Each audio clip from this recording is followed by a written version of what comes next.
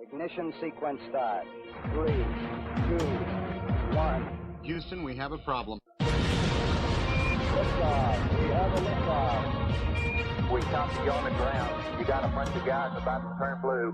What you're seeing here is a mirage.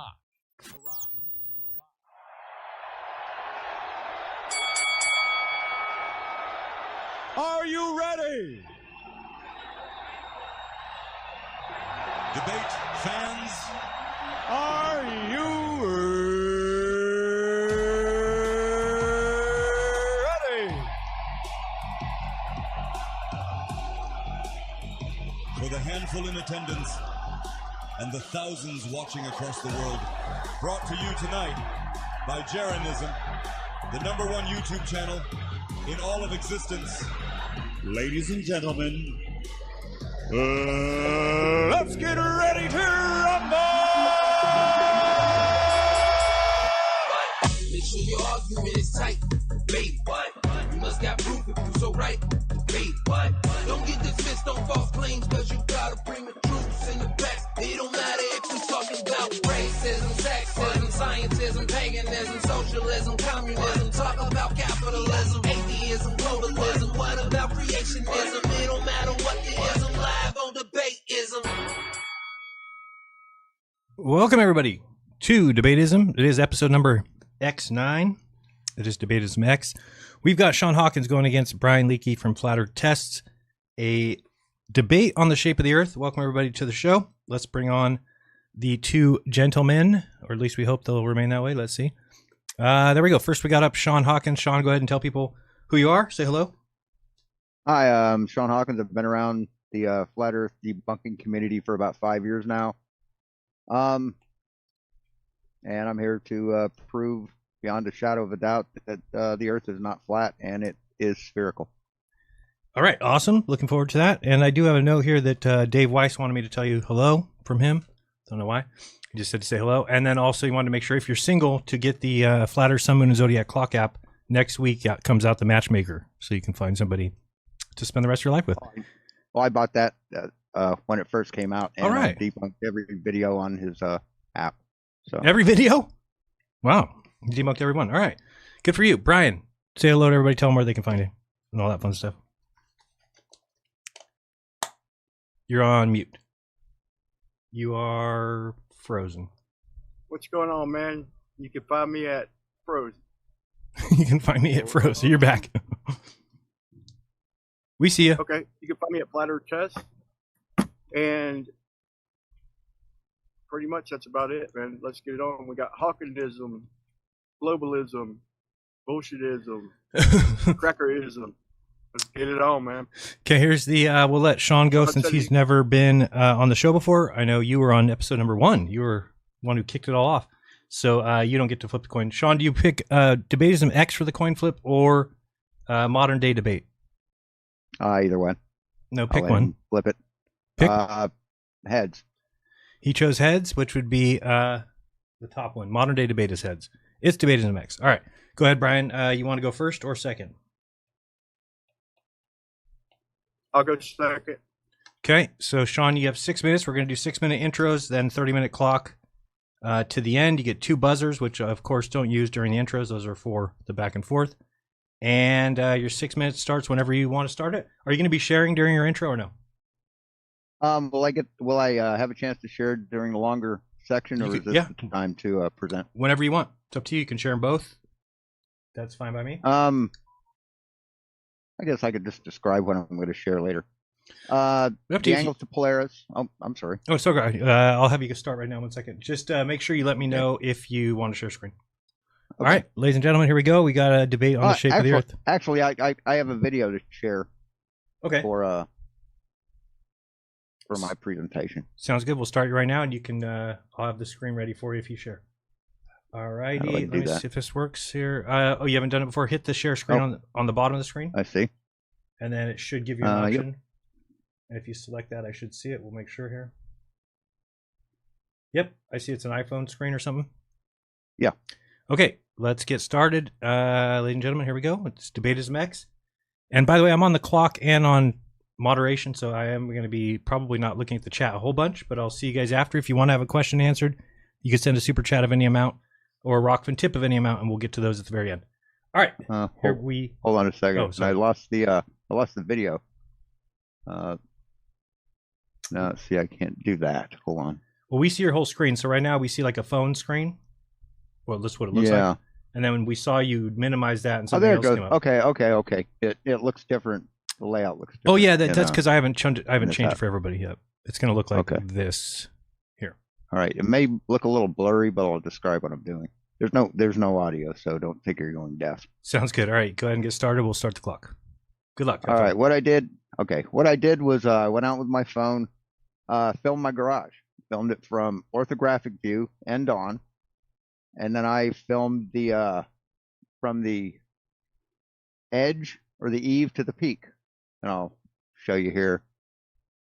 So here I am on the porch. This white thing on the left. Can you see that? Can we see that? Yep. Oh yeah. Okay. The white thing on the right side is my porch post. It is perpendicular, so I basically zeroed out the phone. You know, the thing with the 0 button at the top right, just to start with the phone perpendicular. Now, as I bring the phone down, you see the crosshairs line up with the roof, the face of the roof. Reads about between 22 and 23 degrees. Now this is the end view. The porch over here to the left is my house. That was where I took the first video from. I'm drawing a line horizontal to create the angle, trimming off the ends, and measuring it. And I get 22.8 degrees. Just what perspective showed me I would have.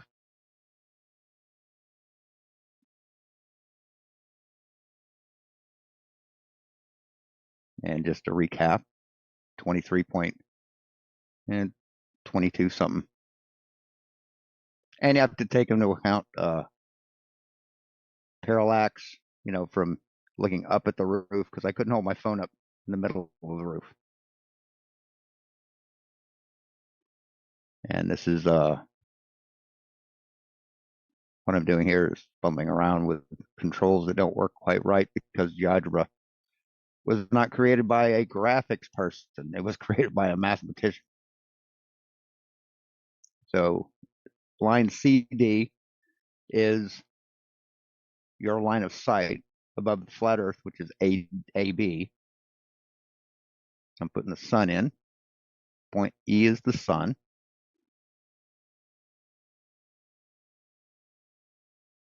Now I'm attempting to draw a parallel line to the flat Earth from E, and I keep snapping to another point, but I'll straighten it out.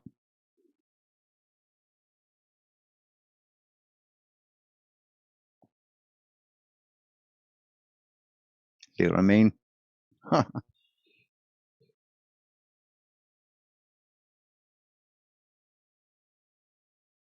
PD is a lot better at this than I am. And since I'm not on a major grid line, it's not locking to anything, so I had to move E up to a major grid line. So everything would remain parallel.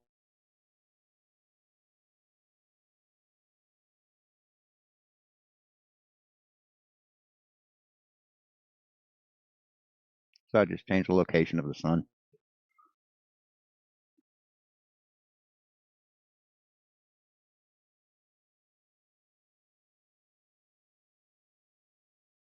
Now my question is, at what point along that path of the sun that is parallel to the ground will the sun appear below that second line from the bottom? Because as I showed in my previously in this video, orthographic describes perfectly what we see in perspective. Just shows a true relationship between things. You can keep going and keep going, and it will never cross below our eye line, ever. The laws of perspective will not allow it. So that's it. Just a couple seconds left. And I'm done. All right. And you have nothing else? All right. So it's good. Let's go with Brian. You want to start? You want to start with your video, or what do you want to start with? You're on mute. Now you're off. Yeah, let's play that video, man. Shawn says never, ever, ever, ever, ever, ever. Let's play it. Okay, here we go. We're going to start his clock and the video. Here we go.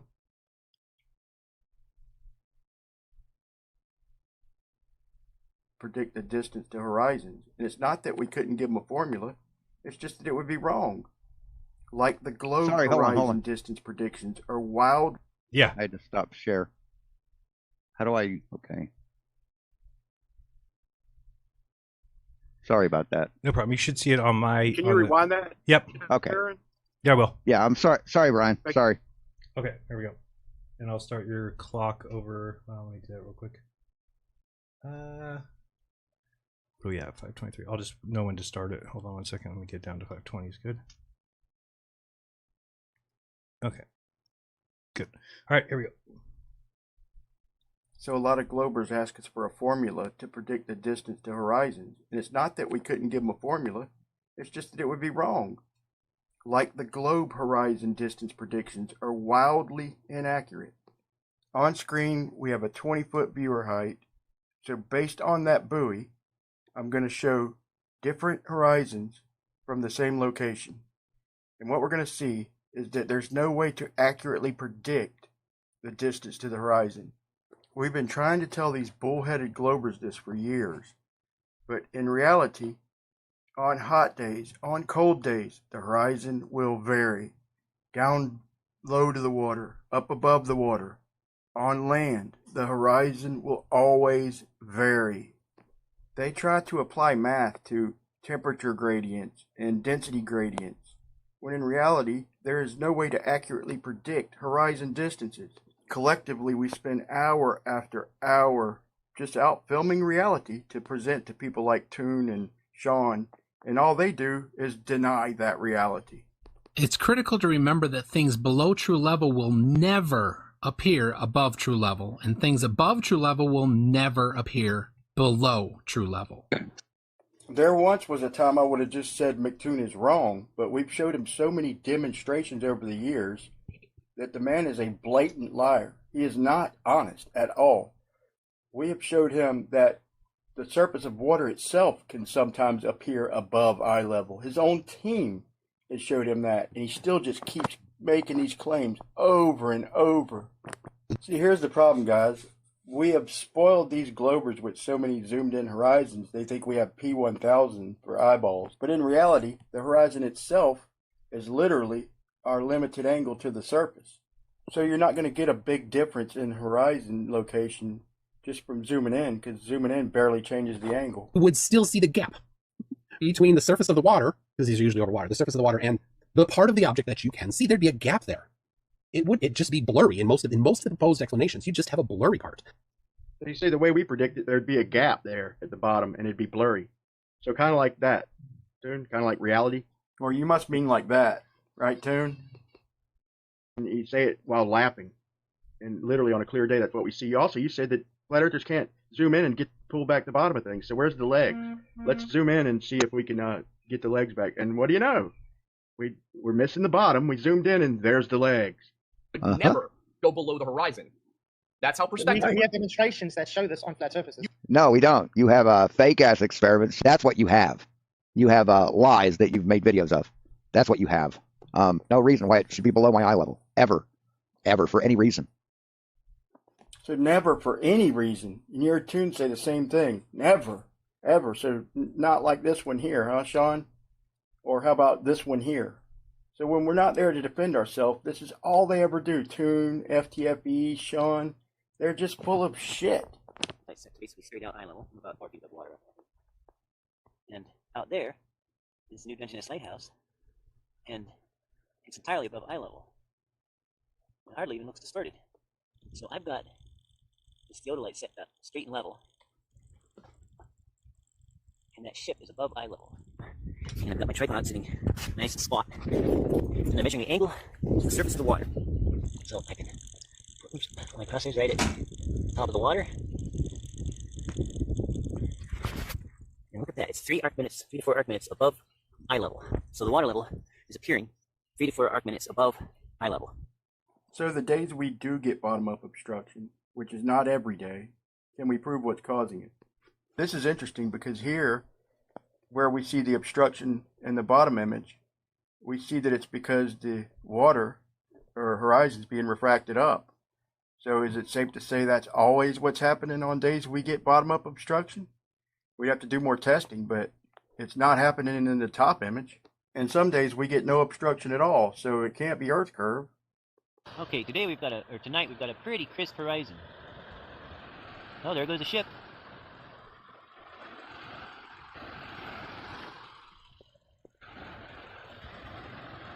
Come on, focus. He's approximately 16 foot above the water, and now that he can see further, he's got a new horizon. There's Protection Island. So there's Protection Island, which is 5 miles out, but now that the landscape is opened up, we see a new horizon. So what we thought was a crisp horizon underneath the crosshairs turns out to be artificial. So seeing the horizon change like that is proof it is a function of vision and how far we could see at that moment in time. But I'm going to prove beyond a shadow of a doubt that refraction using light rays does not work in reality the way it has to work on a globe. They claim that light is bending down, making objects appear higher, and I'm going to show how that cannot possibly work. During the test, after opening the door, the temperature at the surface showed 50 degrees Fahrenheit, and from a few feet above the surface, 53 degrees. Here's the flashlight from the viewer's perspective at the start of the test. Now, we open the door. In all 3 examples, the lights completely disappear. So if it were light rays that were heading above our eyes and bending down, making the lights appear higher, then they wouldn't completely disappear. No matter how much they bent, they would just appear higher and higher. That kills their eclipse explanations, their sunsets, and their entire model. All right, thank you very much for that, Brian. We're going to watch a little ad video real quick. We'll be right back with 30-minute clocks. Give me 1 second, and we will see you shortly. This is going on tomorrow. If you're looking for something to do, come check this out. It is tomorrow at 2 p.m. Pacific, I do believe. Should be fun.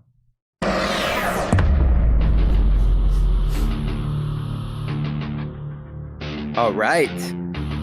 Welcome, ladies and gentlemen, to the Melodome, where the best souls roam. Let's go! It's time to be the GOAT. It's time to enter God mode, man. Let's get it going. I wanna be the greatest. Energy is overflowing. I know I'm stoking the fire. My desire's taking over. Not tired. I'm inspired, rewired. I know just what is required. My brain knows how to decipher the messages. Looking brighter. Already paid up the pipe, but my game is getting much tighter. I feel my body on fire. Now it's game time. All the practice to prepare for this main time.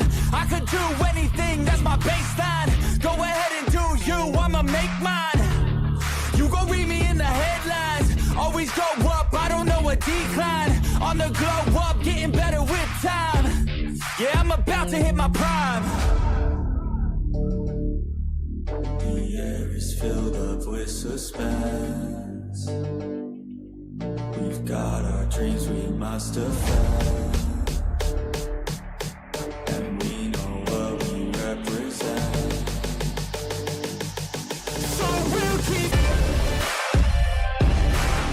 and we'll keep fighting till we win. This is our calling, this is our calling. Yeah, we'll keep fighting till the end,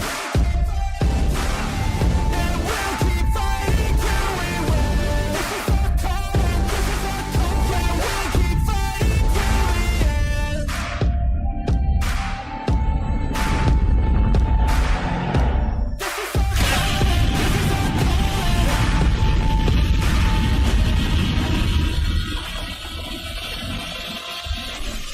All right, tomorrow, a fun little trivia contest between me and David Weiss. If you want to see David Weiss lose in a big, big way, you want to be there tomorrow, 2 p.m. Pacific. And that is to support Austin's second baby. And if you want the link to that, I will drop it in the chat here in 2 minutes. I have to find it. Let's get back to the show. We've got the guys on. Let's go here. There we go. And so we said you are going to go first. Shawn, whenever you start talking, it's your floor. You can ask questions. You can just whatever, and then I will mute Brian. Oops, sorry, I got to get this off the screen. And let's get that out. There we go. All right, so go ahead and begin, and I'm going to mute you, Brian. You should be muted. There you go. All right, Shawn, when you're ready, go ahead. All righty. Here we have GeoGebra. We're going to do this on... We're going to presuppose a flat Earth first. So here's... Oops. Wow, that's bad. Hold on. Why is that doing that? Huh. I don't know what that's Can I refresh it?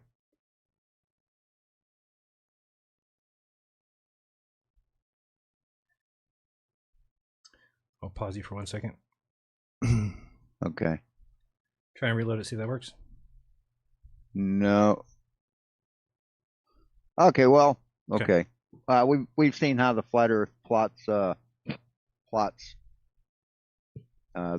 angles to Polaris on a flat Earth. Well, I can recreate it here. It's not too much trouble. I'm having to move the zoom meaning around a bit. All right, here we go. The way it should be done is we have a flat Earth and we have a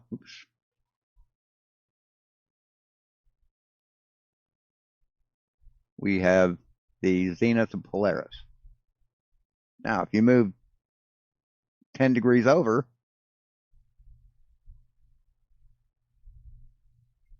shoot.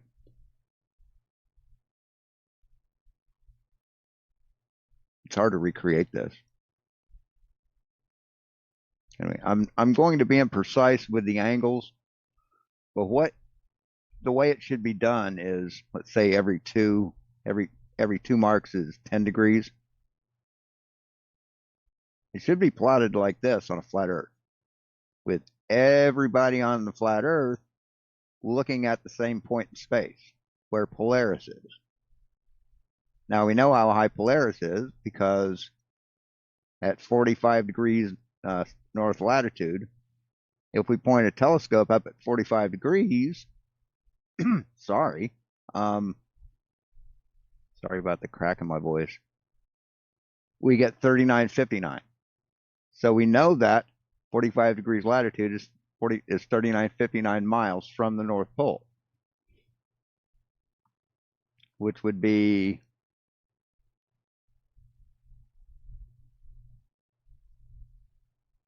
right there.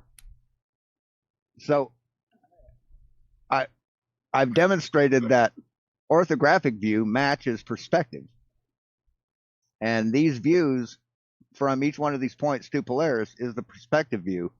This is the orthographic view of that. And as you can see, this angle that should be 0 at the equator, or I'm sorry, yeah, at the equator, is nowhere near the horizon. Nowhere near. Now, okay, the that's way funny, man. You can buzz if you want. Carry on. No, I thought he was done. I'm sorry. No. The way reality shows us, and this did the same thing. Yeah, it's got to be a bug. Let me see if I can reload it.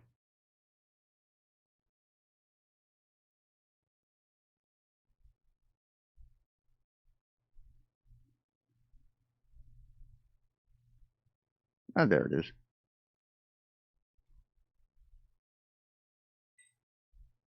Yeah, here's the way it should be. Here's the way it should be plotted on a flat Earth. You've got Polaris at 45 degrees, at 45 degrees north latitude, and you've got 77.5 degrees at 80 degrees north latitude. You have 66 degrees at 70 degrees north latitude, 56.3 at 60. None of these angles match reality, match what we would expect to see Polaris at in reality. Now, the proper way to do it is like this. This is reality. Every one of these people, see these radiating lines from the center are perpendicular to the Earth at their respective points. When you look straight toward Polaris from 90 degrees north latitude, your angle of view drops 10 degrees from your zenith. At 20 degrees, 20 degrees. Move 10 more degrees away, another 20 degrees. These are a little off because I didn't do the lines parallel. I can fix it if you want, but you get the idea. And where are all these points looking at? Take me a little minute.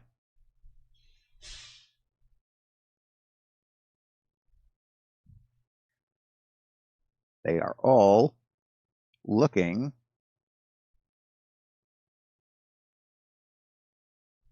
just a second. They're all looking at Polaris. So the angles to Polaris prove the Earth is not flat. Can't be flat. The relationship between the angles to Polaris and the number of and your latitude is a linear function, which is only possible on a curve, not possible on a flat surface. And I have a question for Brian when he starts. On the Gleason map, the AE map, why are the straight lines of longitude marked off in degrees of a circle? When you talk about moving to 50 degrees north latitude, that's a line of longitude you're moving along. And that's a straight line on a flat Earth. So how do you travel 50 degrees on a flat line? So I'm done. Go ahead, Brian. Apparently, Shawn doesn't understand circles and degrees to circles. So you don't understand that when you go along a latitude, you're doing a circle, okay? And you obviously don't understand trigonometry because you're trying to prove a globe, but you just brought all them straight lines down to the center of hell in the middle of the celestial equator, a plane. So I want you to demonstrate everything you just showed everybody from the surface of a globe. Don't bring it down to some fictitious place in the middle of Earth. That's ridiculous. Okay, if you want an equation to make it work, then I'll just say cosine over 90 times the triangulated angle times 1/100 of that angle, and that's going to give you that's a refraction model just to appease your fact that you think it's impossible on a flat Earth. Like, I got to ask you a couple questions. Okay, have you ever bothered to do the math yourself? Okay, because if we're directly under Polaris, then it's 0 degrees right up above us. Now, you just mentioned 10 degrees, okay? Do you even know the distance that gives us on a flat plane? Because if we go 1 degree, it gives us 69 miles on a flat plane. And that puts the height of Polaris at 3959. Wow, what a coincidence. We travel 1 degree on a flat plane, and you're shaking your head no, just like you were twitching the whole time my presentation was showing. But anybody who knows how to do the math or knows how to work a triangle calculator knows that 1 degree angle, 69 miles on a flat plane gives a height of 3959. And if you go out 690 miles, it equates to 696 miles. Okay, so you want to prove to me a 6 mile difference over 690 miles? Let's see, your method of doing that, because there's no method inside of the margin of error to prove that. So you've showed you don't even understand trigonometry. I've gave you an equation to make it work out. So in other words, if you start traveling out about 1,400 miles, you get a 1 degree difference between a globe and a flat plane. Okay, so me and you set out on a 1,400-mile track to see who's off by 1 damn degree. You know, not even possible. You're acting like it's worlds apart. You know, you've got a model, nothing more, nothing less, a model. You understand that? My question back to you is, do you understand the trig, and do you understand the difference? There's only a few miles and 690 miles between a flat plane, and do you understand that everything you just showed us was equated from a flat plane in the center of your fictitious world? No, it was not taken from a flat plane, and I demonstrated the trigonometry of how a linear function does not work on a flat plane. And I also demonstrated how it works in reality with the thing that you said that I put a point in hell. No, that's just the center of a cross section of a quarter of the Earth, because the equator is a quarter of the way down the Earth from one side. So instead of drawing the whole Earth, I just drew the side that's relevant. So no, we do not get our measurements from a flat Earth. That's something that you heard from Nathan Oakley and 10th Man and those guys. You don't want to listen to those guys. They do not know what they're talking about. So I demonstrated how it works on a flat Earth, and it doesn't, because it can't be a linear function. And I showed how it does work on a sphere Earth. So where's your map, model, and measurements? Okay, you showed us how it works in the center of a celestial plane. Once again, can you demonstrate your model? For starters, your model was trying to show 3D, almost glitching out, like almost you got flat earthers applauding in the background, but then it went back to 2 dimensions. Okay, once again, can you show these same measurements from the surface of your globe instead of bringing them to a point in the center of a plane? All these angles are computed from the center of a plane. Every flat earther knows it. Shout out to Nathan Oakley, but I'm not referring to him or 10th Man or any of that shit, okay? You are literally showing these angles going down to a point in the center of a plane. Do you get that? No, I'm not. I'm not showing to the center of a plane. I showed to the center of the cross section of a quarter of a sphere. That's what I showed. It's a cross section. You know, if you take an orange and you cut it in half, you're going to have a cross section of a circle. If you cut it in half this way and this way, you're going to have a cross section of a sphere. It's a quadrant. That's what I'm showing a cross section of. There's no plane there, man. But if you want 3D. Really? If you want 3D, I can share my screen again. If you cut your orange in half, you're at the center of what, Shawn? You're at the center of a sphere. On? You're at the center of a sphere, and you're standing on the outside of it, which is what I showed. So if you cut your orange in half, you now think you're on the center of a sphere. No, you're on the center of the flat section of a hemisphere, but you're on the celestial equator, right? You're in the middle of the celestial equator, which is a plane, right? No, it's not. Sake, no, dude. That's not what I'm showing. You're not even understanding that. Now let me share my screen if I can. Yep. All right. This is Blender. You asked for 3D, you got 3D. So here's one camera. Let me show the other one first. Oops, that's not it. Hold on. There it is. This is the camera. Let me show you what I've done first off. Here's your dome of stars that all travel. Wait, go back. Horizontally. Go back real quick, Shawn.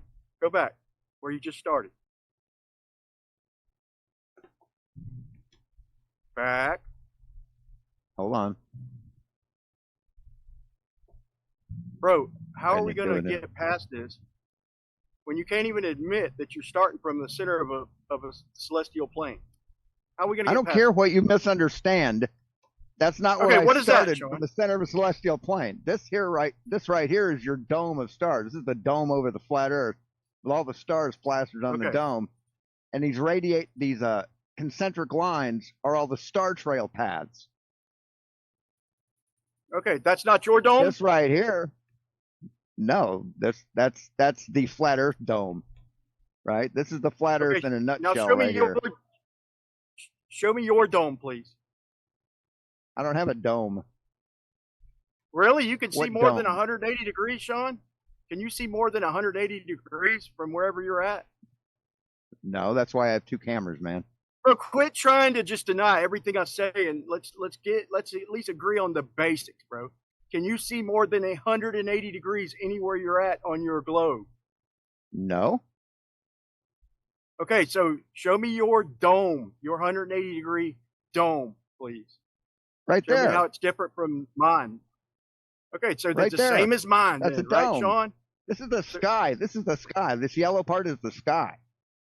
You're standing here my on dome. You on, just said at the that's- equator. You just said that's my dome, This so is the- show me your dome This is of the vision. flat Earth please. dome. This is the flat Earth dome. I don't have a dome of vision, man. Okay, well, show me yours then. I have show a- me what you see. I have a field of view. Well, this is what you would see on a flat Earth. Yeah, I'm trying to. So There before, it goes. before it was curved circles. Did y'all hear that? Before it was curved circles. Look. You know, look, there's a see on the buzzer, screen, it was dude. curved. There's a And- buzzer. Sorry. I thought this was my Sorry. time to talk. Go ahead. Bro. Thank you. All right, good. So this is a camera looking north up at Polaris. Camera's at the equator. Notice anything odd about the circular star trails? They're not circular, for one.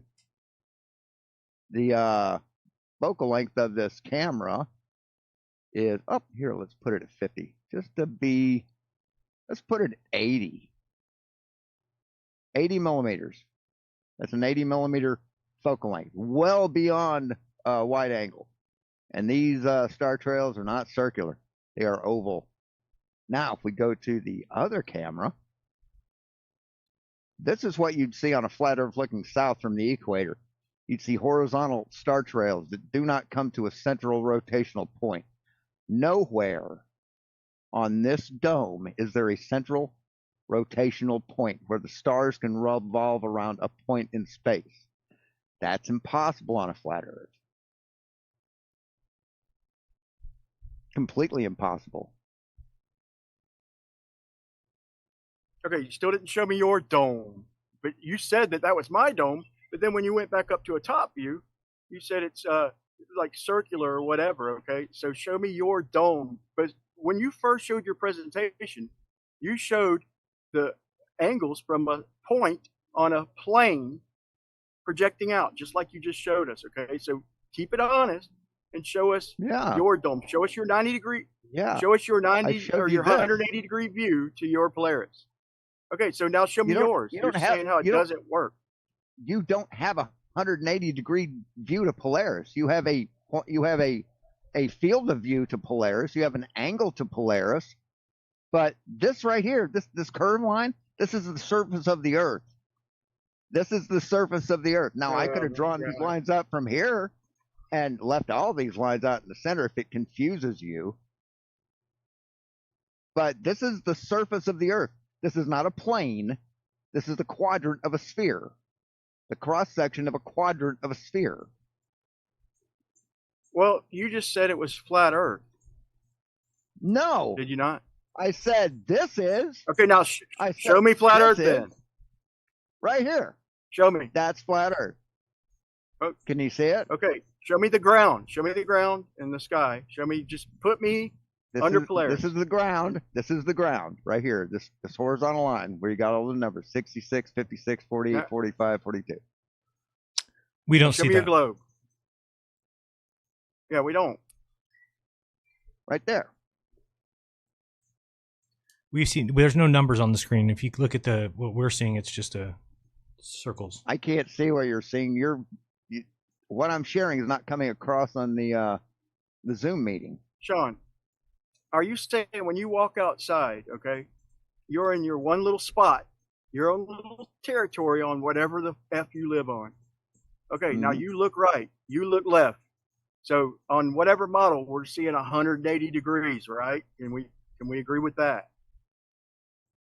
Yeah, we can turn around and see 360 degrees. Okay. Now, when we measure an angle, we can't really measure or compute more than 180 degrees, right? Right. Looking straight up is straight up. You can't go any further. Now you're going down. So thank you. So are you standing on a little miniature curved surface, or is that just the way we see? No, that's 90 degrees one way and 90 degrees the other way.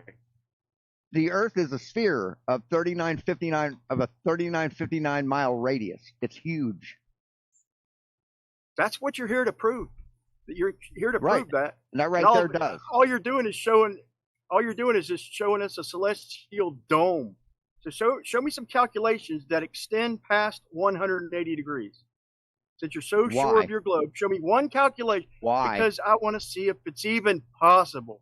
Show me a calculation that extends past I told you it 180 isn't possible, degrees. and that's not what I'm showing. Okay. So then it's going to be the same for me as it is for you then, right? You can't equate past 180 degrees either, can you? What the angle of my angle to Polaris above the horizon is the same as yours? If you live in the same latitude, yeah. But you live in Florida, I believe, and I live in Northern California, so I'm going to see it a little higher in the sky than you. Shawn, your angle is in the center of a sphere. You just showed it on screen. No, it's not. The angle's right here. Let me go to show us your presentation. Let me bring up real quick. Now you're interrupting me, bro. This is my time. I waited on you to finish. Now just let me say one thing. Go back and show us your angles to Polaris and where you measured them from, please, Shawn. Because since we can't get any honesty out of you, just go back and re-show us your angles to Polaris measurement and how they all met. And let's talk about where they all met, please, Shawn. Can you see GeoGebra right now with this arc and the 90-degree line? Can you see that? We see a celestial pole. We see a celestial pole with a yellow box around it. Okay, hold on. Let me fix that. I guess I have to change. Okay, I thought it would show my screen, and it's showing an individual window in the screen. So when you hit share screen, try and hit the entire screen button. I hit a window. I hit an application instead of entire screen. Yeah, there you go. There we go. Okay, is that better? Oh, there we go. Yeah, we were a little confused last time. I'm not measuring from the center of a plane. Okay, go ahead. This is a quadrant of a sphere. This is a cross section of a quadrant of a sphere. You're standing. People are standing. Each one of these points here are people standing on the surface of this sphere, looking at Polaris, which is way, way up there. Which is what one thing very I good. showed. Thank you, sir. Now, if each one of them people are standing on your sphere, show me a little stick person pointing up. Are they all pointing at the same place, Shawn? Yes. Or are they pointing to different positions? Each one of these vertical lines is them looking straight at Polaris. So all them lines are pointing at the same. So if everybody at home can imagine each one of them lines on the surface of his quarter circle, which he's calling a globe, now point upward. And he thinks that we're all pointing to one position, okay? Yet the 0 degree is pointing straight up, and his 90 degree is pointing 90 fucking degrees, okay? Now, he's ridiculous. They're all pointing to the same place, man. See, look. Oh, I thought you said that was the center, cross-section center of a sphere. Yeah, it is. It's a cross-section quadrant of a sphere. Right, now go back to the surface of your sphere. That's where they're all. That's where they're all looking. They're all looking at Polaris. See, this is Polaris here. Okay. Right here. Okay, go back. This is Go back to the surface of your. Go back to the surface of your sphere, please. Okay. I'm going to mute you guys. I'm going to mute you, Brian. Use the buzzer if you need to come in. I'm just going to let you guys finish without going back and forth here. Go ahead. I can't make the buzzer work, but I'll wait till he's done. You can just wave at me. Wave at me aggressively, and I'll see you, and I'll call that a buzzer. Okay, here we go. Go ahead, Shawn. Wish there was a quicker way to zoom in. There probably is, but here, this is the cross section of the quadrant of a sphere. They're all looking at the same place. Each person. See, this is vertical. This is vertical at each point on the sphere. This is 90 degrees to the surface. Each one of these lines. This is the direction that people are standing. Here's his feet. If he was real tall, this would be his head. He is looking up at 80 degrees at Polaris. See this? All these vertical lines are pointing straight to Polaris. Same way with this guy, 40 degrees, 50 degrees. Okay, he's taking over. Go ahead. Okay, all them lines are extruding from a flat plane, Sean, on your celestial equator. Okay, now if we start from the center cross section of your sphere, like you said, then we're all pointing to different directions. If we're standing on the surface of the sphere you're showing, we're all pointing in different directions. Now, if you want to represent reality like you're doing vertically, that is happening from a plane, bro. What don't you understand about this? Your example is doo-doo, bro. Can't believe I wasted a buzzer on that.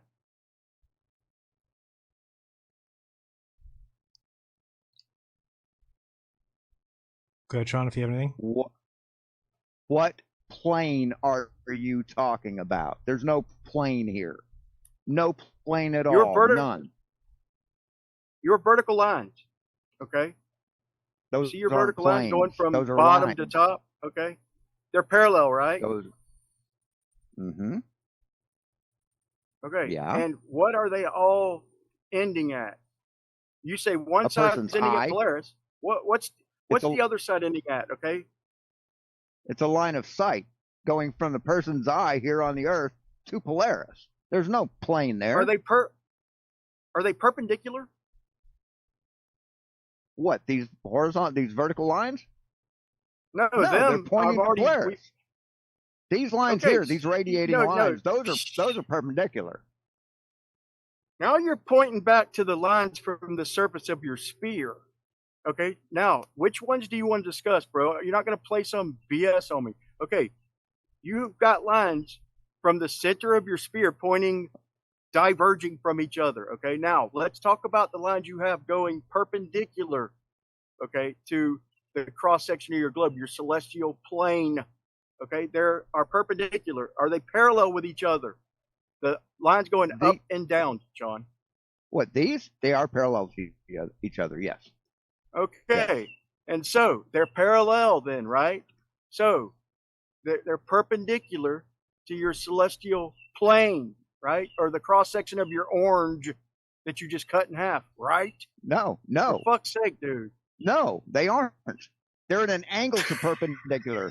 Like I said, these radiating lines going from point A out. The line going from A to N1 to O1 to Q1 to R1, those are perpendicular to the surface of this round Earth. There's no plane here, man. Your misunderstanding of geometry is not my problem. There is no plane here. Did you not just cut your orange in half to describe this? You cut your orange in half to describe this. You placed us in the middle of that cut orange, bro. Right, yeah. What is the top of that orange that you just cut in half called, Sean? I mean, Jesus, dude. What top of what orange? What part? If I cut an orange in half, the way you described to even show us all of this, what if anything you set on top of that half is sitting on a what, Sean? It's sitting on a cross section of a quadrant. Now, if you want to call or the otherwise surface known as if you want to call the cross section of the face of the cross section of that tangent a plane, you're welcome to it. I'm not concerned with the inside here. I'm concerned with the angles on the surface. So okay, fair enough. But this is irrelevant. You did start though. This area in here is irrelevant. What we're looking at is the surface of the spherical Earth and how the angles to Polaris line up just like they do in reality. They do not line up. At the start. They do not line up and match reality with this example, which is what you'd see on a flat Earth. Very good. Then, okay, so scroll back down a little bit and let's discuss it until we can get past this simple shit, dude. Okay, so you started off your example by cutting. You never will, started. Man. No, I don't think you. I muted him. Go ahead. You started off this example by cutting an orange in half, okay, and drawing a dot in the middle of it. That's what you compared your freaking presentation to, dude. Okay, now you don't want to own up to the fact that that cut in half orange is a plane. You freaking, I ain't even gonna go there. Now, if we go up to the surface of your orange, okay, the part we've cut in half and discarded just to make a point, and hold on, we've got people miles and miles, however many miles apart, pointing in different directions. So these measurements don't work. I repeat, do not work from the surface of a sphere. That's why you have to bring it down to a plane, the center of your cut orange. You have to bring it down there to try and tell people this is how it is, okay? So you've got to show your reality, which is diverging out from the center, okay? And then tell people it's working in regular or our reality with parallel perpendicular lines. So our reality is perpendicular lines from that plane or the surface of that sliced orange, Shawn. Go ahead. Oops, sorry. I muted you.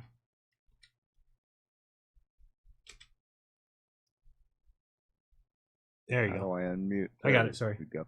Are you saying this right here is the plane?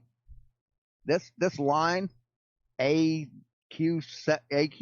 Are you saying this is the line, the plane that I'm drawing everything from? The center, okay, would be the center of your ball. Okay, that show me. Trace the line where you chopped your orange in half. Trace the orange where you chopped it in half. Your ball. Trace it. Trace the orange. Just highlight it with your mouse where you chopped your orange in half, please. Here, will it make you feel any better? I won't chop it. Just there you go. Outline it with your mouse. There just you go. go. Back and forth. Now it's a circle. Now it's a circle. Are you Okay, dealing good. with it now? It's always been a Can you circle. understand it now? It's only ever been, Shawn. It's only ever been a quarter of a circle, and now you just made a full circle. It's only ever been that, bro. Now, what I want you to do is take your mouse and run along the surface of your orange. Okay, yours. Go ahead, Shawn. This is not a plane. This is a quarter of this cross section here. This cross section is the face of a half a sphere. This is the equator right here. This line right here represents a side-on view of the equator. This is the North Pole. This represents the North Pole. All these lines are going not perpendicular to the sphere. They are going at an angle from perpendicular to a sphere. All these radiating lines from the center out are perpendicular to this surface, this curved surface I've drawn. There is no plane here. Zero plane. You just said they're perpendicular to a central point. Bro. Oh my God, Euclid would be rolling over in his grave, bro. Okay, now, all I asked you to do was trace your reference, okay? So just move your mouse to the surface of the orange. Okay, you're back. You don't understand, man. These lines, these vertical lines are not perpendicular to this surface where each one of these people are. These lines, the ones that are radiating out, are perpendicular to this curve. There is no plane. These lines going vertical are pointing to Polaris. You can't look straight up. You have to look at an angle. And all these angles are looking at Polaris. I don't know why this is so hard for you to understand, man. Okay, no more buzzers. It's not hard, bro. Okay. You've got perpendicular lines running up and down. Okay? Not going to one point, okay? Not going to a single point. Okay? Now, you've got angles written on there. So a 45-degree angle would be the one halfway in that line. Your baseline would be what I'm asking you to trace out. You started off by saying you slice a cross section of a sphere. Okay? So now your baseline is going to be, you're saying, well, it works this way in reality, but we measure it this way.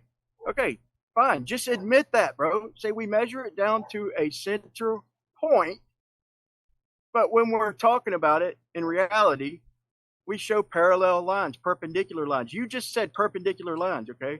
They're not perpendicular freaking to the surface of a sphere. You get that? They're not perpendicular to the surface of a sphere. They're perpendicular to the celestial equator, you numbskull. You literally showing on screen your lines going down to the celestial equator. Okay, that is a plane. There's no getting around this. I know you don't like it, bro, but if you could admit this, we can move past it. I understand you've made the math work. You found a way to make the math work. Or not you, but other people have. Okay, but once we get past this and you admit that they're all going down to a celestial plane or a sliced orange, then we can move this conversation forward, for fuck's sake, dude. There's no plane, man. There's no plane. It's not measuring anything from the plane. See, I removed the here I can hold on. See, I can get rid of this line here and I can make it perpendicular. Right?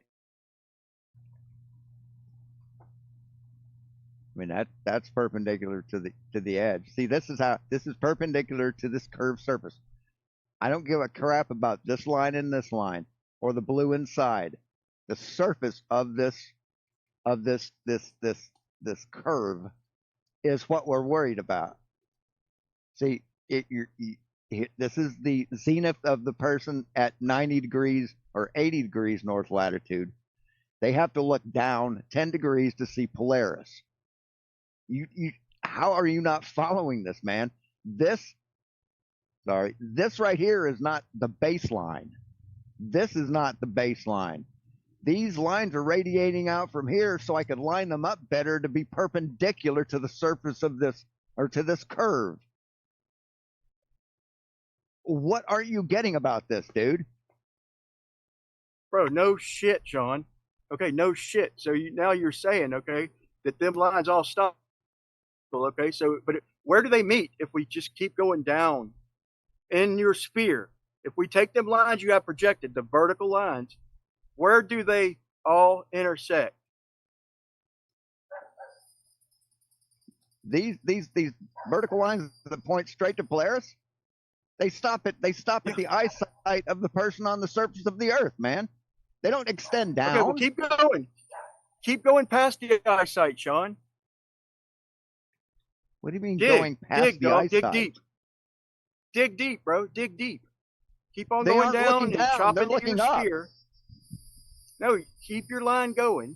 Okay, the perpendicular lines that you freaking erased. Okay, so they go beyond. So you have to have two representations. You have to have reality, which is your vertical lines. That's reality, bro. Nobody's disagreeing with that. That is reality. It's up here at the edge of your circle. I'm disagreeing with the edge of your circle. You've got diverging lines. So which is it, bro? A, take the perpendicular lines you have and tunnel into your Earth and tell me what happens. Or B, start from the surface of your Earth with your equation and show me how all the lines are diverging, because you're acting like, well, this is reality, but this is how we measure it. Here's reality, the perpendicular lines, okay, go into a plane, but this is how we measure it. It's down to a point. You can't have both, bro. What are you not getting?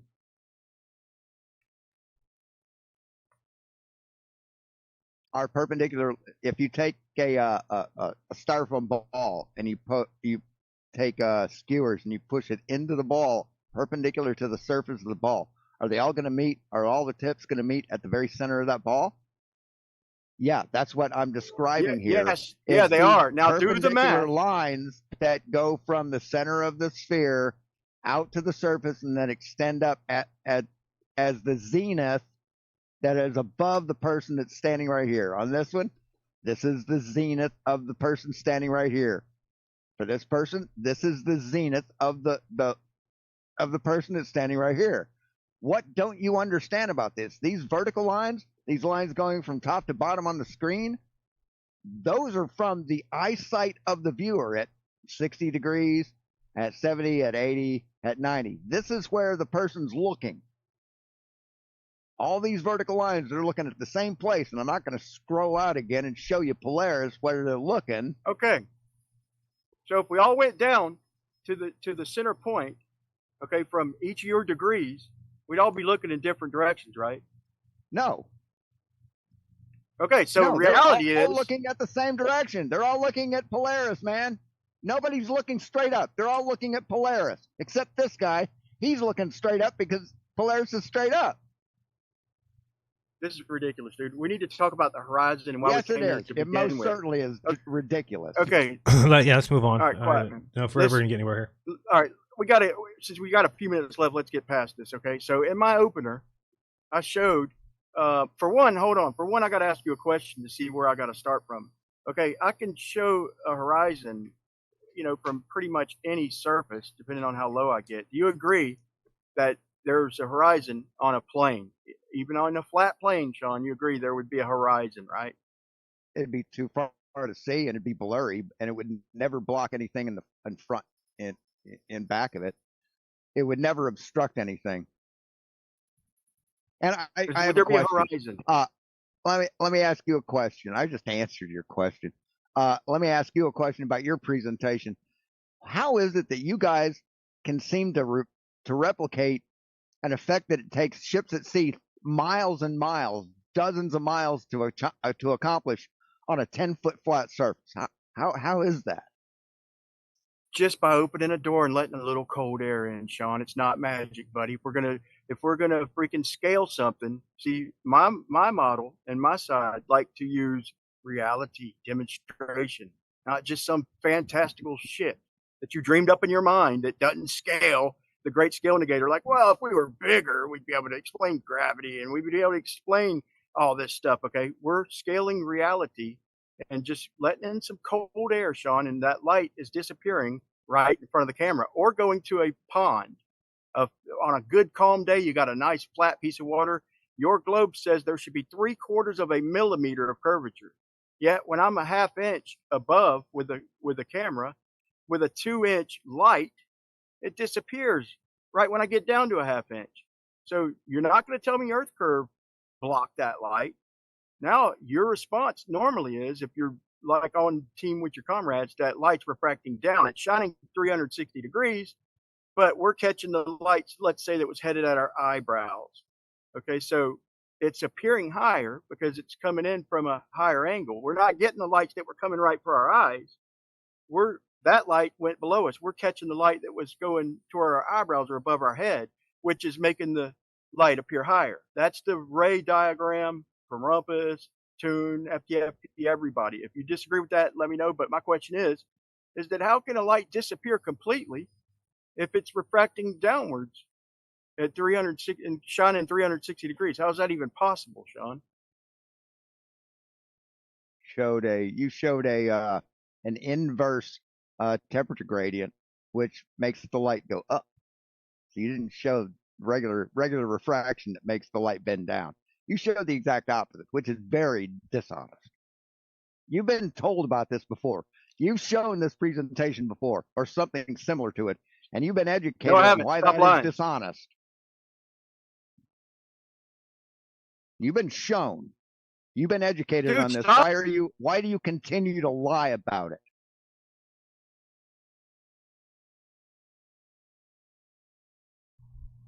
Go ahead. Bro, stop lying to the people. Sorry about that, Jared. Stop lying, bro. What are you talking about? I've been told about this. Hold on. We showed the thermometer, and it was 50 degrees at the surface and 53 above it. Do you not, for one, stop lying, dude. We've never discussed this in my life, bro. Okay, what we have discussed is temperature gradients and refraction directions. Now, I showed on screen that the temperature was 50 degrees down low and 53 above it. So the light's supposed to refract toward the lower temperature, right? And the denser medium. So y'all ignore temperature in reality and say that the pressure density overrules that. So now you've got both on your side. So you've got lower temperature and a denser medium down low. So that light should appear way up high, right, Shawn?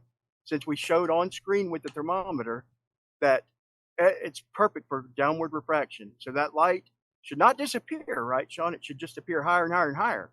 Is there a way for us to refract it downward enough to make it disappear? Like, how is that even possible? Or do you even understand what I'm saying? Go ahead, Sean.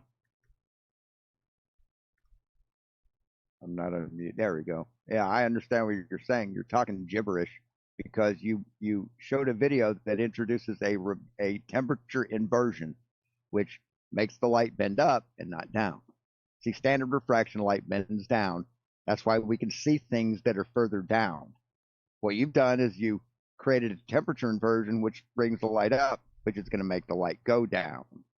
See, you think that the default position is that the horizon is always refracted up and some sort of refraction brings things back up. That's not how life works. That's not how reality works. I demonstrated beyond a shadow of a doubt how mathematically the flat Earth cannot work. It's impossible for the angles to Polaris to line up with more than two angles, 2 points on the flat Earth. It's impossible. And if I can share my screen one last time. Yep. Where is it? There it is.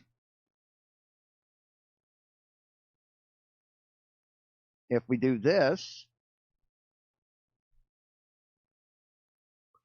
we see the celestial sphere again, just There we go. See, I can take this guy. I can move him all the way over here. Let's I have to move this out of the way. There we go. Now I'm going to do a vertical split, so we've got a split screen. So now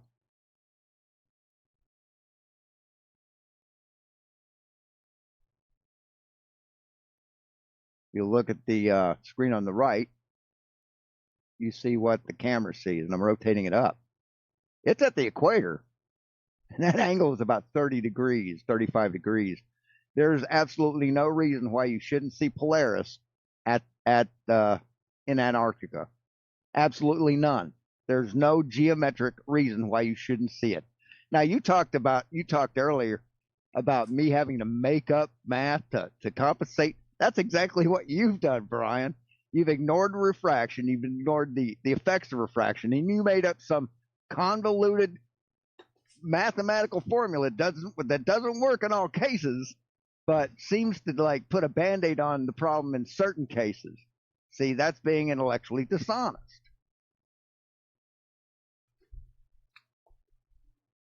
You're saying intellectually dishonest while dodging a question, bro. Okay, to show me the same bullshit. You're trying to drag me back into your lack of understanding. So everything we see in reality, Sean, drops as it gets further away. Everything. There's no exceptions, pal. Okay, birds, clouds, okay, airplanes, everything drops into the distance.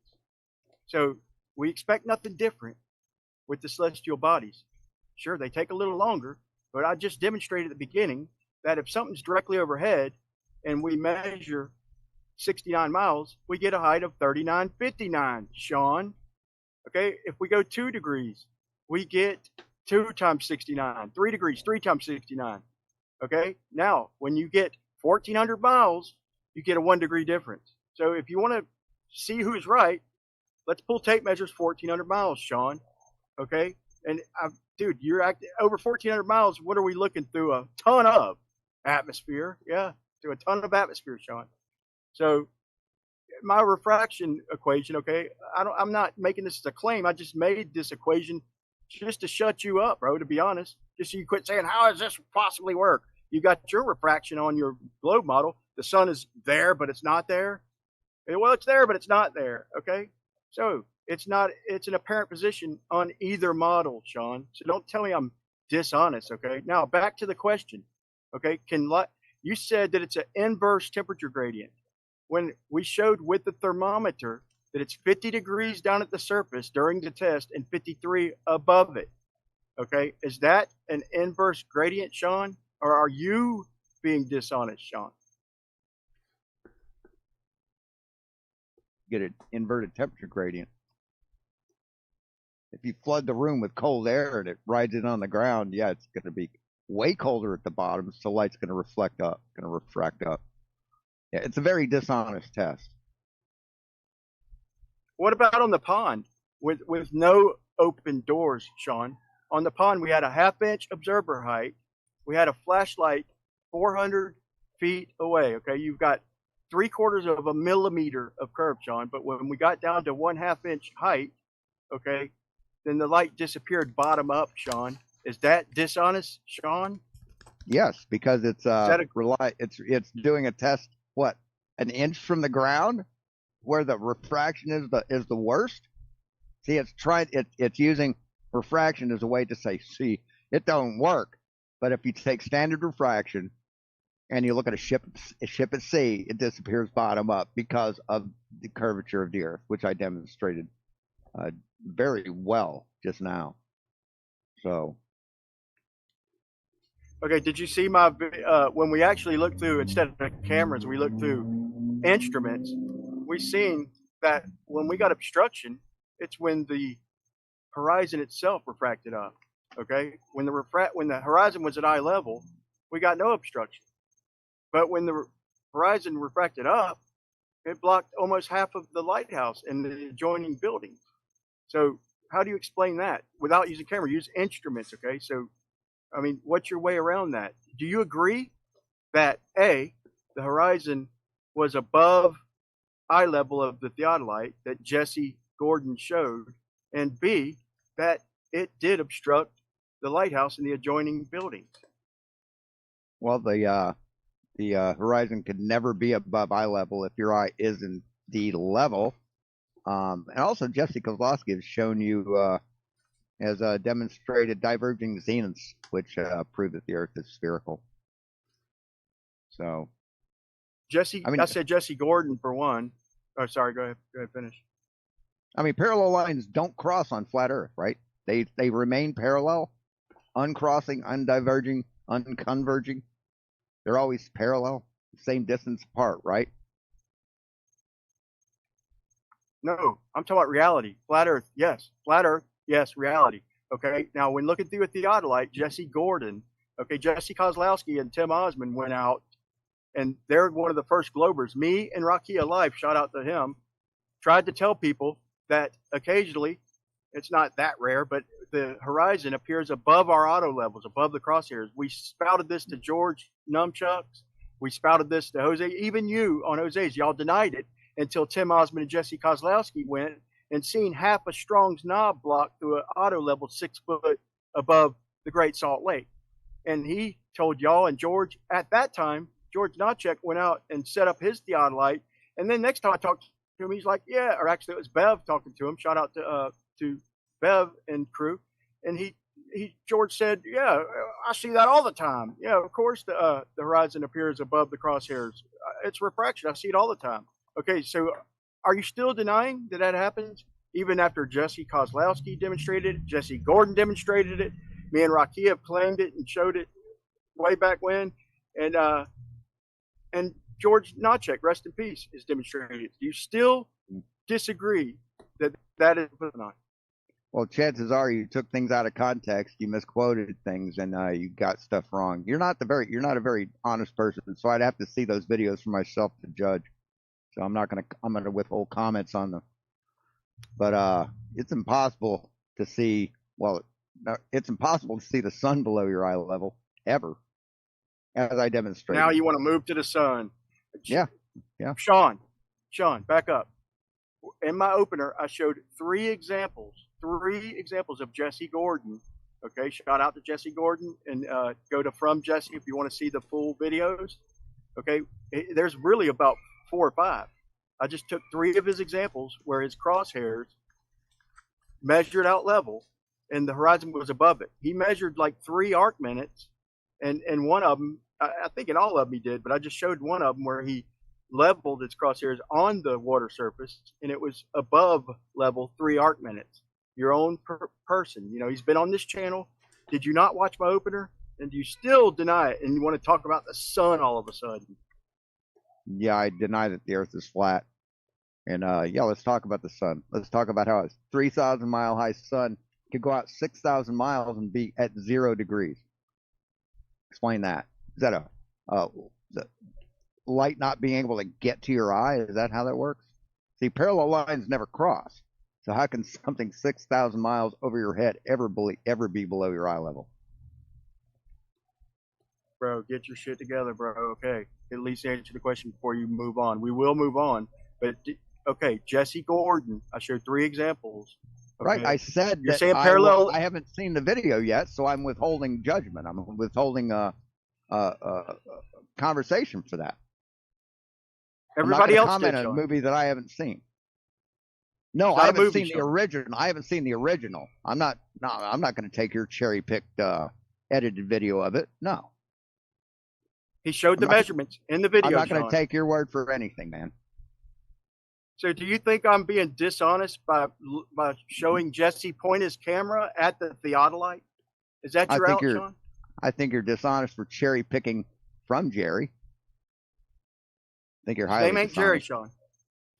Name's Jesse. Jesse, whatever. Fred. No, not whatever. Not whatever. Jesse Gordon. Okay. Yeah, and George go on mute for a second. And George Natchuk's name isn't Nunchucks either. Okay. MC Toon isn't Go on mute. Clown. That you want to get name. You want to cry about getting names right. You get names right. Okay. You hypocrite. Okay. We see your tactics. Please go on mute, Sean, for a second. Okay. This is their tactics to call us dishonest. And my presentation, I wasted half of my presentation showing a hostile witness, Jesse Gordon, which he's right now punching the screen. He'll have a different explanation, but you won't even acknowledge it, Sean. Neither will MC Toon, neither will FTFE. This is what they do, people. We go out, we take our time, we spend hours and hours videoing reality, and they do not accept freaking reality to even have the conversation. He's telling me I cherry picked it. So I literally went out of my way, wasted time to show him pointing his camera at the theodolite and claiming that the horizon is 3 arc minutes specifically above the crosshairs, Sean. So tell me that I'm lying or Jesse's lying, or just talk about the freaking sun, man. For fuck's sake, bro. You're falling apart, bro. I've seen the original video, so I'm not going to comment on it. I'm not going to take your word for it, and I'm not going to take your edited video of it. Are you ready to move on? No, what I want to do is, can I share a screen, or Jared, if I could get you to, and you could apply it to my time, if you could just go to 3 minutes and 10 seconds of my presentation where it shows him looking through uncut and him proclaiming exactly how high the water is. You mean the video that we already watched? That one? Yeah, my Same presentation, because apparently Sean didn't watch it. He's saying that it's cherry picked. Hold on, Sean. Okay, what was the purpose of his putting the camera or filming it with the theodolite? So a lot of global formula to predict the distance to horizon. I can't. It's just that it would be wrong. I can't see it on the Zoom page. Horizon okay, I didn't have wildly inaccurate. I don't have his on screen. We have a 20-foot viewer height. So wait 1 second. So based on that buoy. Okay, you can't see that. I still don't see it. I'm going to share right now. Hold on. There we go. Now do you see it on your Zoom screen? Yeah, the video doesn't come through on the Zoom. All I've got is the big OBS emblem and a broken camera. It's not coming through on the Zoom meeting. Son of a there buck. We go. That works. Why when I asked you guys at the beginning of the show if you could see my screen, you both said yes. and this whole time. We've seen it fine, bro. He's full of shit, Jaron. He's full of shit. Okay, well, so where do you want me to go to this in the time? Well, my viewers saw nothing but that, and then all of a sudden it came up. So no, I'm not full of crap. Okay, I've proven you are. Brian, which time you want me to go to? Go to 3 minutes and okay, right there, right, yeah, just right anywhere in there. Okay. No, a little bit past that, a little bit past. I literally wasted half a video and Sean didn't even watch it, but everybody else seen it, Sean. Just so you know, a little further, about 30 more seconds. Right there, good. Press play from here. Perfect. All right. It hardly even looks distorted. Yes, sir. So I've got this theodolite set up straight and level, and that ship is above eye level. And I've got my tripod sitting nice and spot, and I'm measuring the angle to the surface of the water. So I can put my crosshairs right at the top of the water. And look at that, it's 3 to 4 arc minutes above eye level. So the water level is appearing 3 to 4 arc minutes above eye level. So the days we do get bottom-up obstruction, which is not every day, can we prove what's causing it? That's good. This is interesting because here, where we see the obstruction and So, did you see at that time, Shawn? He specifically said, okay, you seen his crosshairs go up to the surface of water, and he even had an accurate measurement of 3 to 4 arc seconds above eye level. Now, do you still deny it, Shawn? Do you still say that parallel rays can't cross in reality, Shawn, or flat Earth, whatever, in reality? Still make that claim there, Shawn? We're looking through a highly refracted surface of the Earth, man. That far from the ground? Come on, man.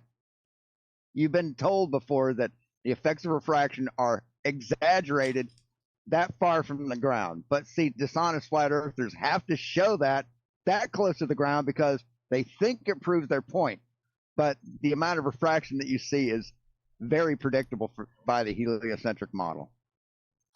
So, Shawn, I showed it at 16 foot, 6 foot, 5 foot, and 2 feet. You want to just talk about the 2 feet? If you watch the video, you'd see you're getting desperate, bro. I showed it at 3 different elevations, and at the end of the video, it was at 16 foot, Shawn, and the horizon was above the crosshairs. What next, bro? You're running out of bullshit, Shawn.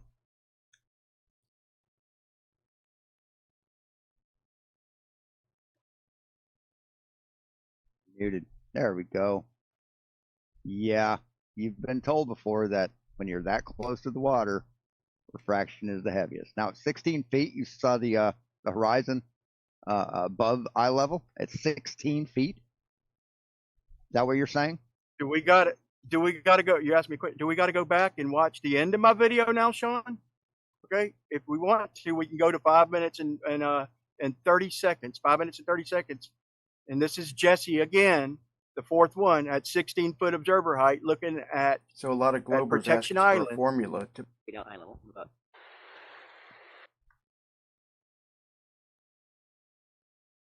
So what we thought was a crisp horizon underneath the crosshair turns out to be artificial.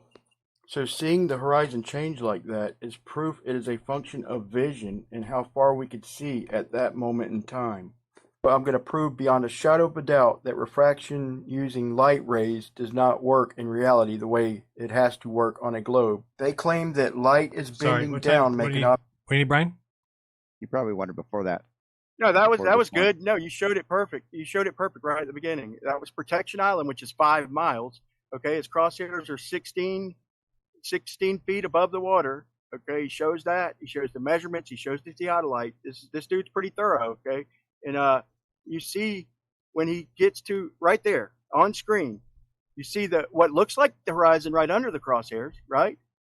But then when he gets to an open landscape, you see the water extend out into the distance above the crosshairs. Okay, I mean, dude. How are you still denying this, bro? Like, ridiculous, bro.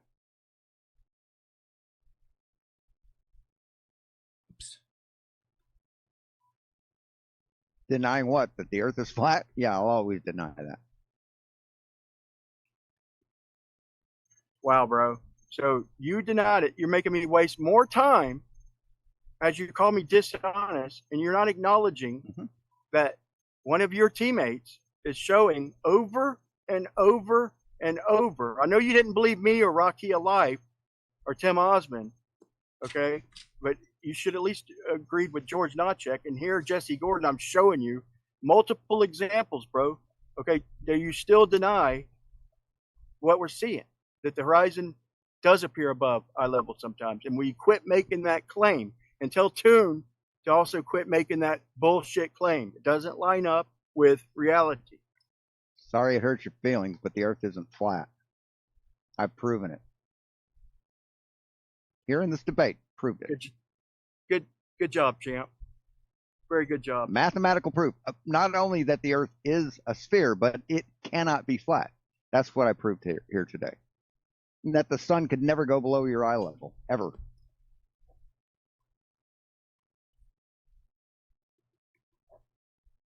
So, you want to talk about the sun? Do the math. Well, hold on. You just said that it can't go beneath eye level. I've already done the math. I gave you an equation to make it work. Okay, it's very simple. You gave me, and what it entails. Good, Brian. You're up. What it entails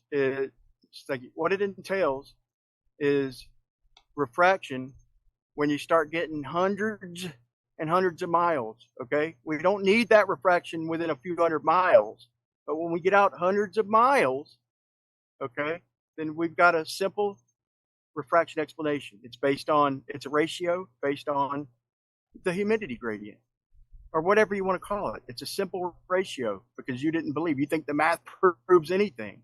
So if I got the math working 100%, did I prove a flat Earth, Shawn?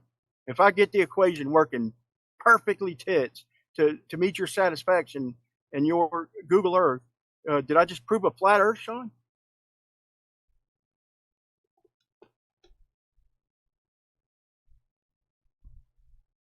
See, you're not understanding how optics work.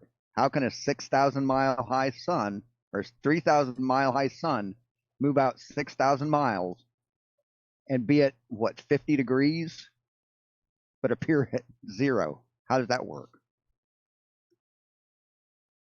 Refraction, pal. How does a sun in your model that's not there? Okay, it's not there, right? But we still see it, right? We're still seeing it. And to explain your selenium eclipse, which I caught personally, you're going to say the moon's above the horizon. Okay, Brian, prepare for a 2-minute outro. Go ahead. You've got 2:02 to finish it off. Shawn. Oh, sorry. All right. Shawn, you got 2 minutes. Go ahead. Oh, well, Brian's in denial. I've shown clearly how the math works on a spherical Earth and how it works on a flat Earth. Simple geometry tells us that a linear function cannot work on a flat plane. It's impossible. That's a mathematical impossibility. Brian is in denial. He's repeated things he's been educated on, but still lies about. I've proven my point. Brian has no map, no model, and no measurements. Nobody has ever measured to the horizon for anything. It's not needed. We don't need to know the distance to the horizon. That's a non sequitur, a red herring that flat earthers have come up with because they think that their black swan proves that the Earth is flat.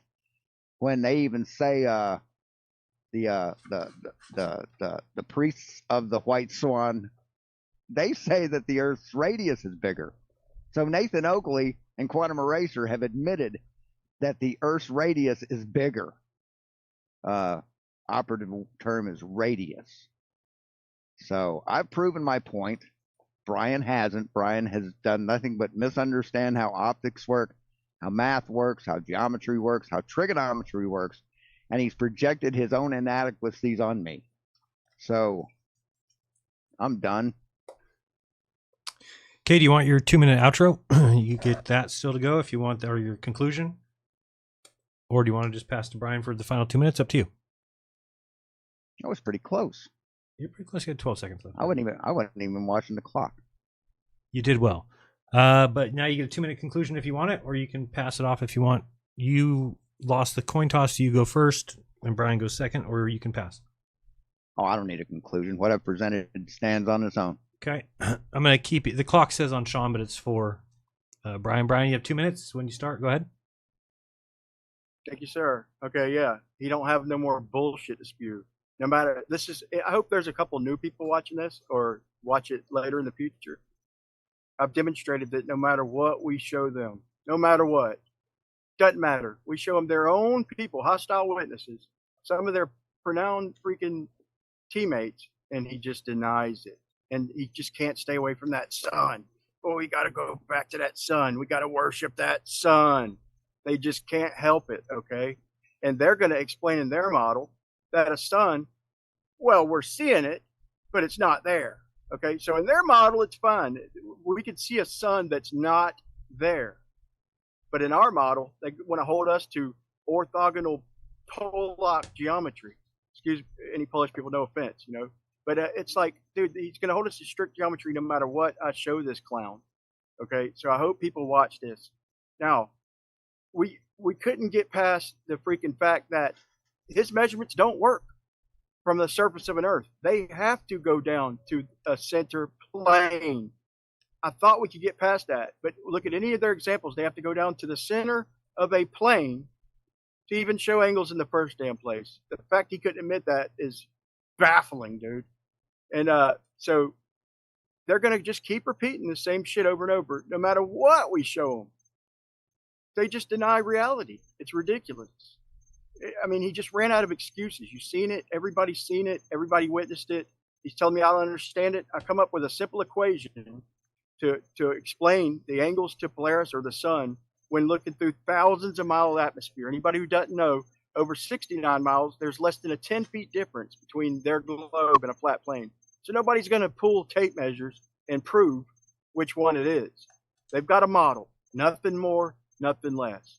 But we've got a lot of dishonest opposition out there. Okay, time. And they're just all right. And for super chats, let me see if we had any. I don't know if anybody's got a question. Tony Coriolis, thank you very much for joining the club. And Joe Mama gifted 5 memberships. It looks like one question on YouTube. Silent Zero said wrong. As you go away from Polaris point, it should be moving down to account for perspective. Shawn, I guess it's to you. Do you have any comment on that? Oops, sorry, I got to unmute you. My bad. On a flat plane, that is not a linear function. On a sphere, it is, and a linear function is what we see in reality. So if you move 10 degrees off center, it's not going to be at exactly 80 degrees. If you move 20 more or 10 more, it's not going to be at exactly 70 degrees. See, the numbers don't add up. Mine do. Okay, let me check Rokfin, see if there's any questions there. 1 second, and we will check that. It doesn't look like we have any here. Let me think if I can think of any for either one of you. So we all... This has got to be the... Jared, this is the biggest landslide in debate history, bro. Shawn, dude, you need to just erase your channel, bro, and go into hiding, bro. I'm sorry, dude. I still love you, man. I got no hate for you, bro. But, bro, you got to remove your own people are punching their screens, bro. They need oven mitts, bro. Who would be punching their screens? MC2? FTFE? Any Glober right now. Every sure Glober in existence. I'm sure they're laughing at you for not understanding simple high school stuff, man. I wouldn't deny McToon is, because no matter what I show him also, he just will ignore it or start worshiping the sun and puking sun worship on me. They won't acknowledge these measurements made by us and other Globers. They will not acknowledge them. Why would I expect measurements? You've never made measurements. You've for anybody who doesn't videos. know me, for anybody who doesn't know me, okay, I use instruments almost on, not quite, but almost on a daily basis. I've been using auto level and measuring level my entire adult life for like 30 years. You haven't. Shawn, you didn't even deny that without even glancing. It's weird, bro. Shawn, my question would be, did you say earlier that nobody measures to the horizon or something to that effect? So do you think like Jesse and all those guys measuring to the horizon is worthless? No, they're measuring to the horizon. They aren't measuring to the horizon. They're measuring where the horizon is in your eye line. No one measures the distance to the horizon. No need to. Got you. But is it an apparent place or is it an actual physical place that they can actually measure the height of? Both. It's an apparent position of a physical thing. It's the apparent position of the tangent, which flat Earth doesn't have a tangent. So okay, you can't have an optical effect. You can't have an apparent thing that's not physical. It has to be physical before it's apparent. The apparent part comes from the light bouncing off something and hitting your eye. If it's not physical, light can't bounce off of. Sean, Okay. you don't think that we can Right. have a freaking horizon on a plane when I could easily, right now with my camera, just go down to the sidewalk and put the camera right there, and you'll get a horizon in 50 feet, dude.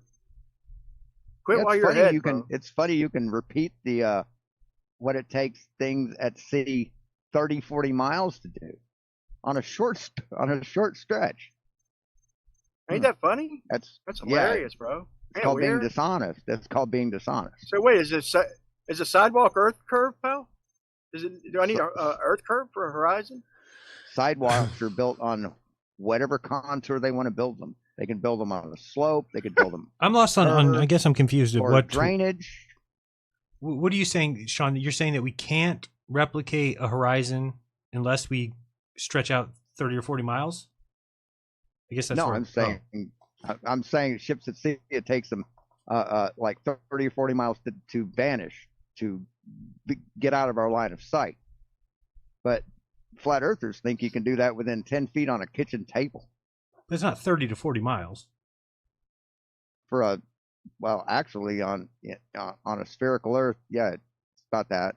For a 300-foot tall ship, From the takes beach? quite a few miles for it not to be seen. Okay. From the beach, yeah. Any final words there, Brian? I don't see any other super chats, so we can head out. I'll let you guys say where people can find you. Start with you, Sean. Actually, go ahead and tell people where they can find you. You can find me at Shawn Hawkins YouTube channel. I don't know if a link has been put in the chat or not. Yeah, it's in the description. But I used to go live a lot, and then I sort of fell out of it. But I'm starting back again, and yeah, that's where you can find me. Just look for the look for the icon that triggers 100% of the flat earthers who see it. The shill one. Yeah, y'all go watch his. Yeah. Y'all go watch his channel. I almost put in where you was calling Jaron a liar, but I pulled it out because I didn't want to trigger the host. But where you call him a liar for the test he did on the Netflix documentary, which is ridiculous. You putting claims in his mouth. He didn't make a claim. He said on a globe it'd work like this, on a flat earth it would work like this, and it didn't do neither. With plenty of witnesses, out of respect, I left that out of my presentation. Okay, and I do apologize, bro, but today should like be monumental mark of this is what we get, people. This is what we get when we argue against adamant anti-flat earthers. They're not honest, but you can find me at Flat Earth Test, capital F, capital E, capital T, Flat Earth Test, and I've got 4 videos on the horizon that I just put out, and just random other entertainment. And or you could go to Earth Awakening's Discord, and if you want to chat with me directly. But Jaron, thanks for hosting us, and Sean, thanks for being the fall guy there, buddy. All right. And that's it. All right. Sounds good, guys. Thanks so much. Again, tomorrow, stop by Melodome at 2 p.m. Pacific time. That's 5 p.m. Eastern for David Weiss versus me. And actually, I'm going to get you the link that I said I was going to do earlier, and I didn't. 1 second. I'll get it for you. Oh, come on. I know where it's at. There we go. Let me get you this link. Put it in the chat. Help out. Let's see what we're at here. Got a nice. We're at $1,500 out of 5,000, so that's very nice. If you want to come by and throw a couple bucks towards Austin and Kai's second baby girl, please do that. Let me give this GoFundMe. Here we go. All right. And put this in the chat for you guys here. Okay. And that'll be tomorrow again at 2 Pacific, 5 Eastern. There. Oops. I don't know if that link will work. Let me try that. Jaron, can I say one more thing real quick? You can. Real quick. I'll make it fast as I can. Okay. I have a debate set up on multiple mass media, Discord or YouTube for Friday against Earth is Life for B-Ball. But I want to say this. All these measurements that we're seeing to the horizon, these couple arc seconds, 3 arc seconds represents 1/20th of 1 degree.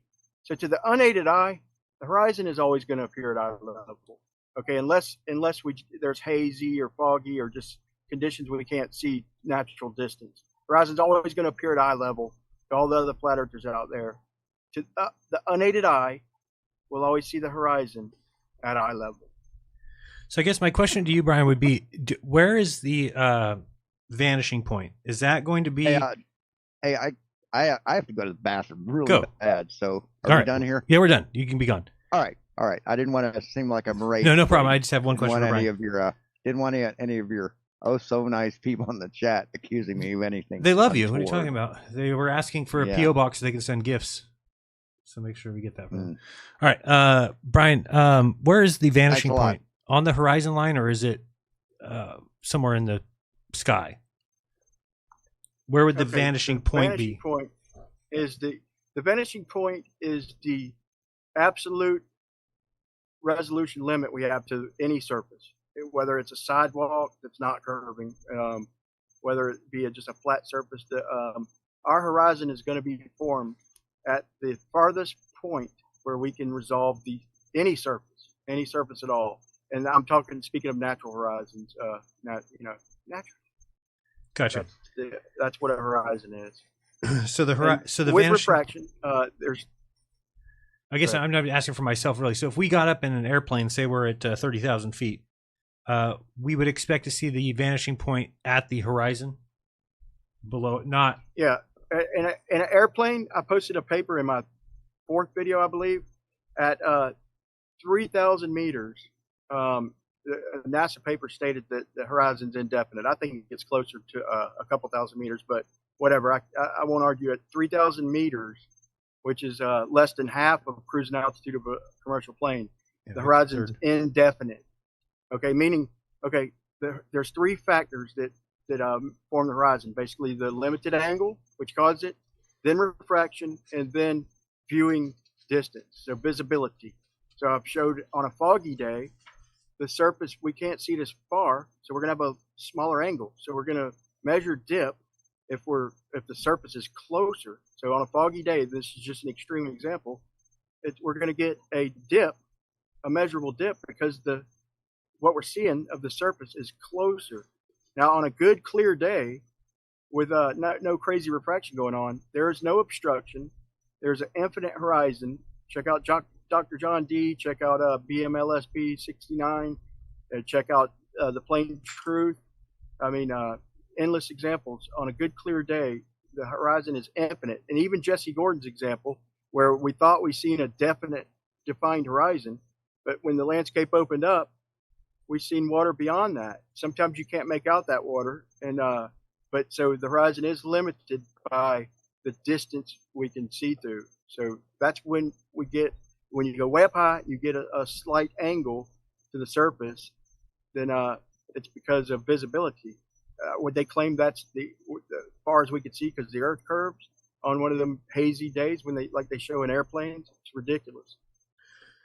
So if that's the case, a bottom-up obstruction would be required, basically, because if you're talking about where our eyes are versus where the vanishing point is, things that are closer to it would vanish first, further away would vanish last.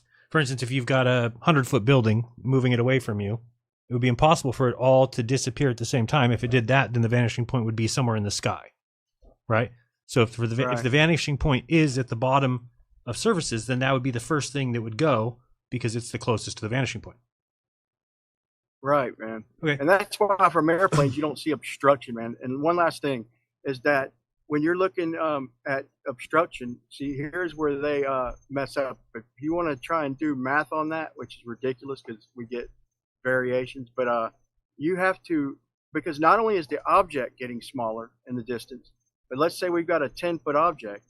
Well, we've also got a 10-foot area of space that's also shrinking. So you've got to square the viewer height. You can't just use 0.02. You've got to square that. And I think it's like 0.13 or 0.121 or 0.122. Because not only is the object getting smaller, the area that it's in is getting smaller. So that's where they strawman the flat Earth, man, is trying to hold us to strict Rayleigh criterion and not applying the fact that the object and the area it's in is getting smaller. Gotcha. Yeah, it just makes sense to me that that's what we would see. I don't know how else to describe it. If you had a piece of paper lying down on the ground, you would expect to start losing the pieces of it closer to the horizon than you would the pieces closer to you, right? Which would mean that's top first obstruction, or top first would be eliminated on the ground. On the sky would be the complete opposite. All right. Thanks for coming on. Appreciate it. We'll be back next week. I think we've got. Go ahead. Oh, one last thing, Jared. One last thing, man, and I will hang it up. But because there's so much. This is such a big subject. This is where everything boils down to is that horizon. But when they're talking about things shrinking in the distance, okay, once we get to the horizon, which is like our limit to the surface, okay, once we get there, beyond that, they think things should just shrink. So I would ask, let's say 1,000-foot tower, are we going to see it shrink in the middle of the air? No, things shrink down to the surface. Okay. So once we get to the horizon and go beyond that, the only way things can go is to shrink down. So, you know what I'm saying? They ignore that too, but I appreciate you hosting me, Jaron. Yeah. Sounds good. I showed the other day, I got to do a video about it. There's a guy that's Hugo's his name. He's down at the Baja right now taking some incredible shots. And I don't know if you saw the video of the dolphins out jumping around after the horizon out there.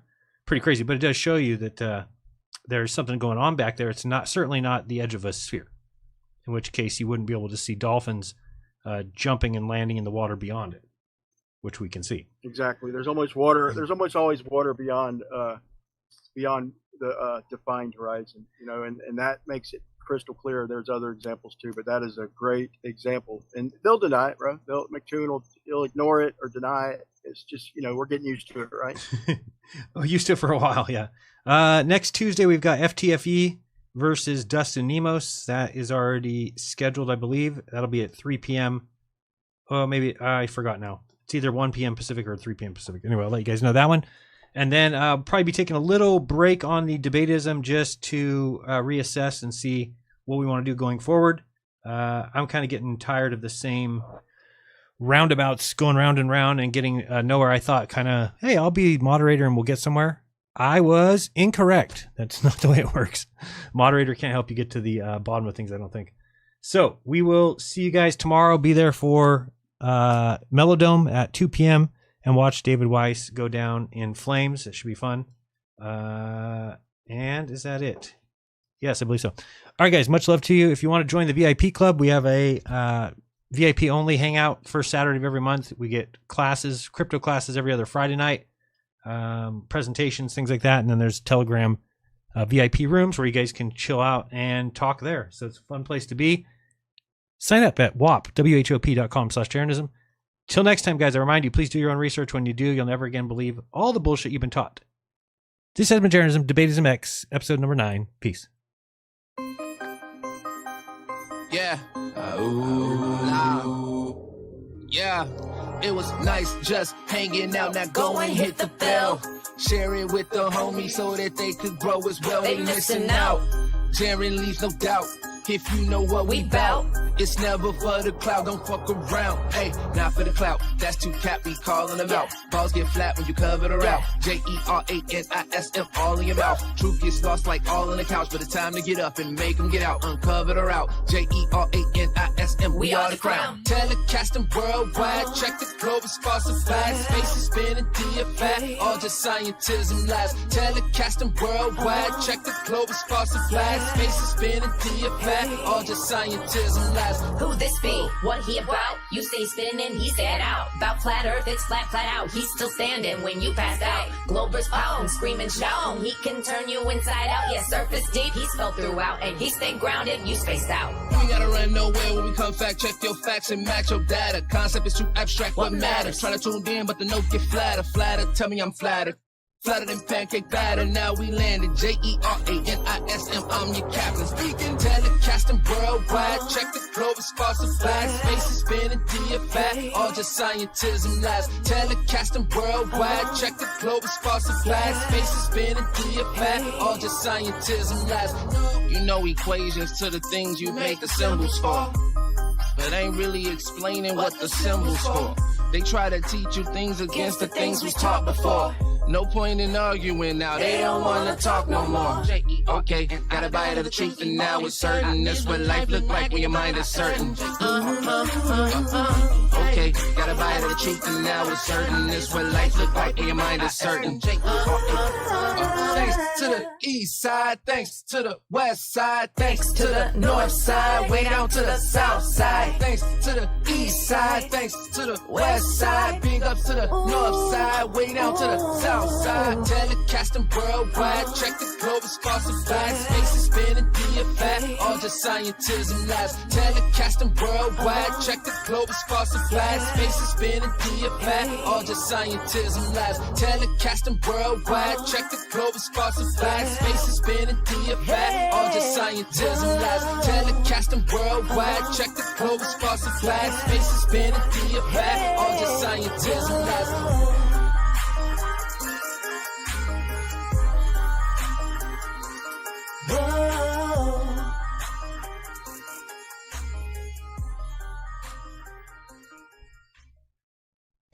I'm here with Alex Stein. Alex, what do you think of people who don't join my VIP club? Guys, join the VIP club, $15. If you can't afford that, you need to stop watching YouTube and go freaking get a job. But if you can't afford it, come hear some truth from a real pimp on a blimp like Jaren. Let's go! Do it!